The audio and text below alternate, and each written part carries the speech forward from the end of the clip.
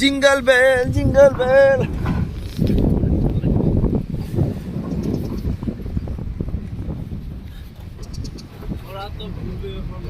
এ ময়ূর ময়ূর।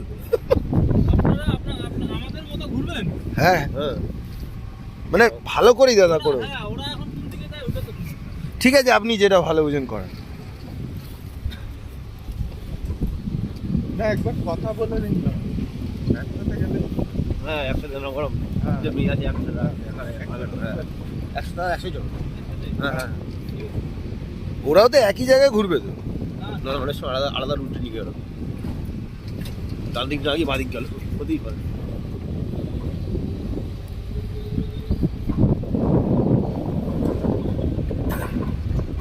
ভাই ভালো ঠান্ডা আছে ওরা।